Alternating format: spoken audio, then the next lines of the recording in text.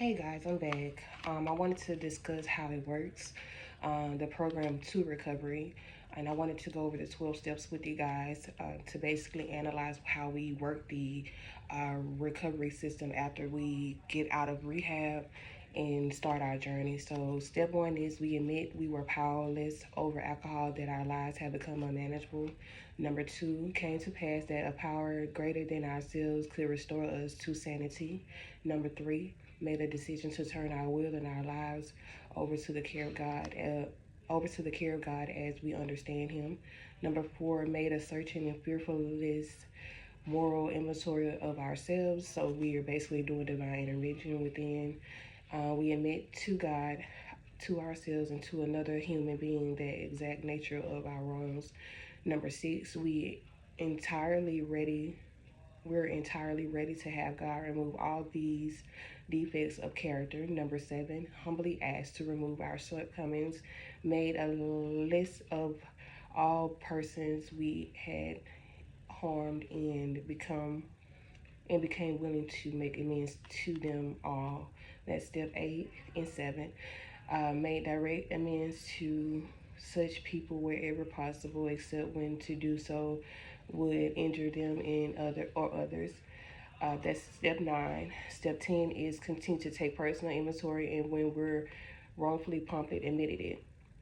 Number 11, sort through prayer and meditation to improve our conscious contact with God as we understand Him, praying only for knowledge of His will for us and the power to carry them out. That's step 11. And step 12, having a personal spiritual awakening as the result to these steps. We try to carry this message to alcoholics and to practice these principles in our own affairs. Basically, they also give us a description of the alcoholic, the chapter to the agnostics, and our personal adventures before and after. Make clear 3 penitent ideas, which is step A. We were alcoholics and could not manage our own lives. B, that probably no human power could have relieved our alcoholism. So they basically saying for step B is that probably no human power could have relieved our alcoholism.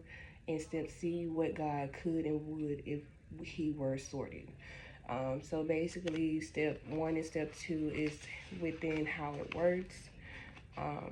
It basically just tells us, rarely have we seen a person fail who has thoroughly followed our path. Those who do not recover, that are people who cannot and will not completely give themselves to this simple program.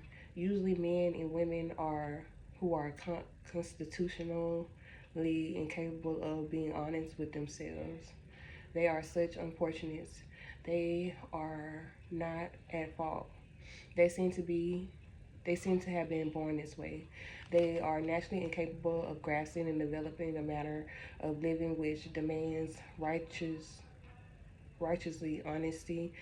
Their character and chances are less than average. There are those two. Their chances are less than average. And mental disorder. Okay. Their chances are less than average. There are those too who suffer from grave emotional and mental disorders, but many of them do recover if they have the capability to be honest. We thought we could find an easier, softer way, but we could not. Some of us have tried to hold on to our old ideas, and results was nil until we let go absolutely.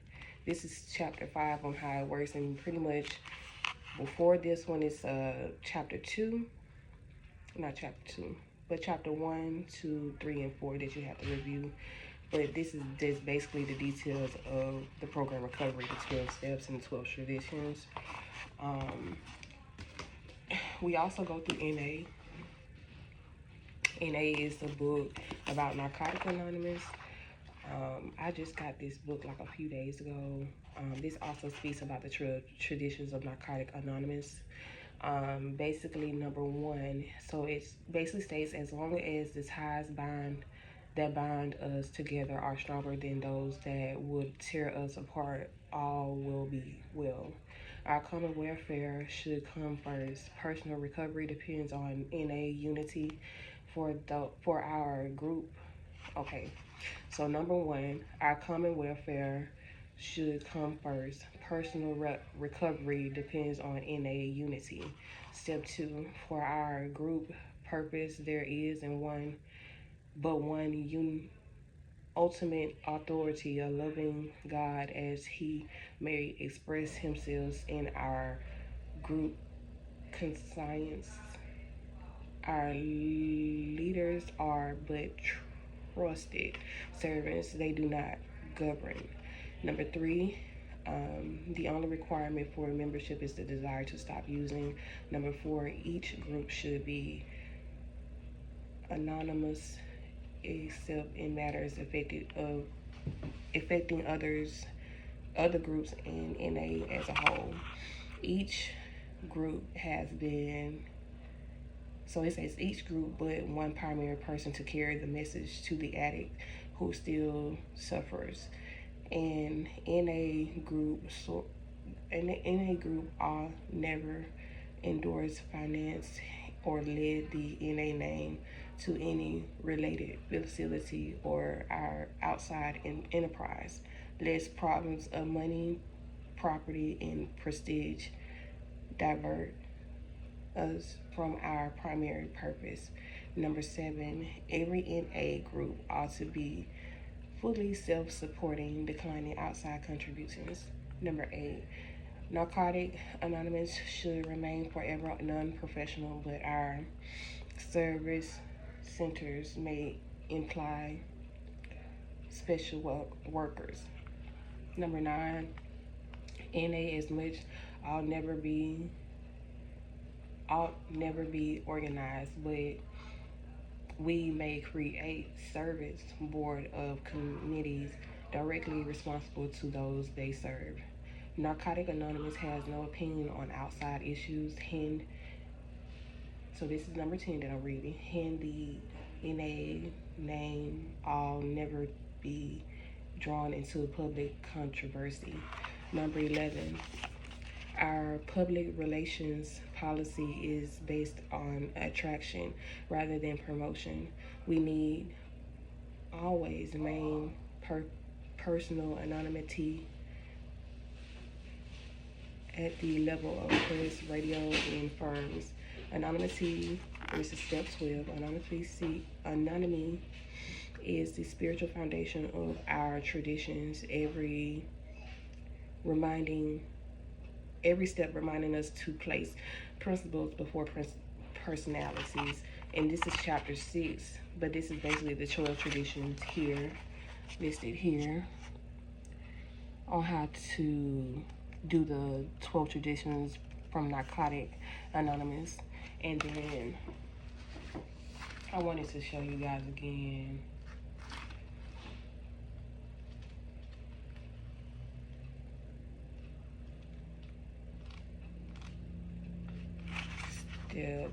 the steps in AA.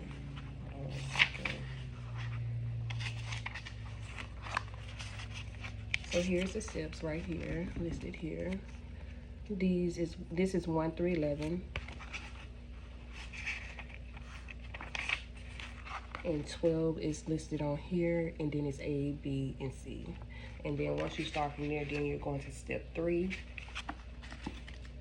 What I do is I journal and I participate in the meetings, and also the house meetings that we also have with chores and monitoring. Basically what I'm doing this week is I've been working on a lot of projects and trying to get everything situated with what I'm doing. And I ask that everyone pray for me and pray for my journey. And I wanted to be honest with you guys about my journey, because my journey is different from everybody else's. I know other people have different things about their journey that they want to share, but I want to share the actual, internal world that I live in spiritually and internally, with my inner experience with intervention. So I hope that everybody does the same who's doing recovery, sober living, different types of things that they have to offer for people who are addicts and alcoholics. So I can say that, hey, I'm Shayla. I was an alcoholic and addict, but now I say now is, hey, my name is Shayla. I'm a recovered addict slash alcoholic. And one thing you could say is you're somebody that's in long-term recovery, meaning that you won't go back to the things that once broke you. So I hope everybody liked this. I ask that you guys subscribe to my channel on YouTube and go from there. My YouTube link will be in my bio, and also my YouTubers. You guys know how to actually put an effect on my videos. I see a lot of people joining. I see a lot of people coming in and gaining audience, and I just appreciate that. I'm just starting off. I'm doing it naturally. Every time I do a video with you guys, it's basically coming off naturally. It's not something that is written or script or anything. It's me going into this word and me basically telling y'all what I go through and what I have to do to actually stay sober. I also keep this Bible here in my room next to my bed, so that way I am able to feel the spirit. One thing that I wanted to do is I wanted to show gratitude, to say that to the universe that I thank you, Lord, for strength, alignment, favor, discipline, guidance, wisdom, protection, faith. Thank you for freedom. I thank you for rejection, for your protection. I thank you for self-growth, healingness, surrenderance. Thank you for this inner experience, awakening. I remove all lack thereof, procrastination, laziness, forcing, egotistical ways and behaviors. Thank you for the life of me, the courage that you have within me, motivation, health, capabilities, and abilities. Lord,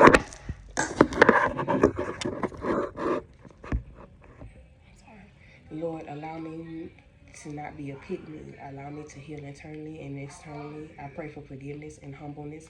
Cleanse all the burdens and betrayals. Ashe. Thank you.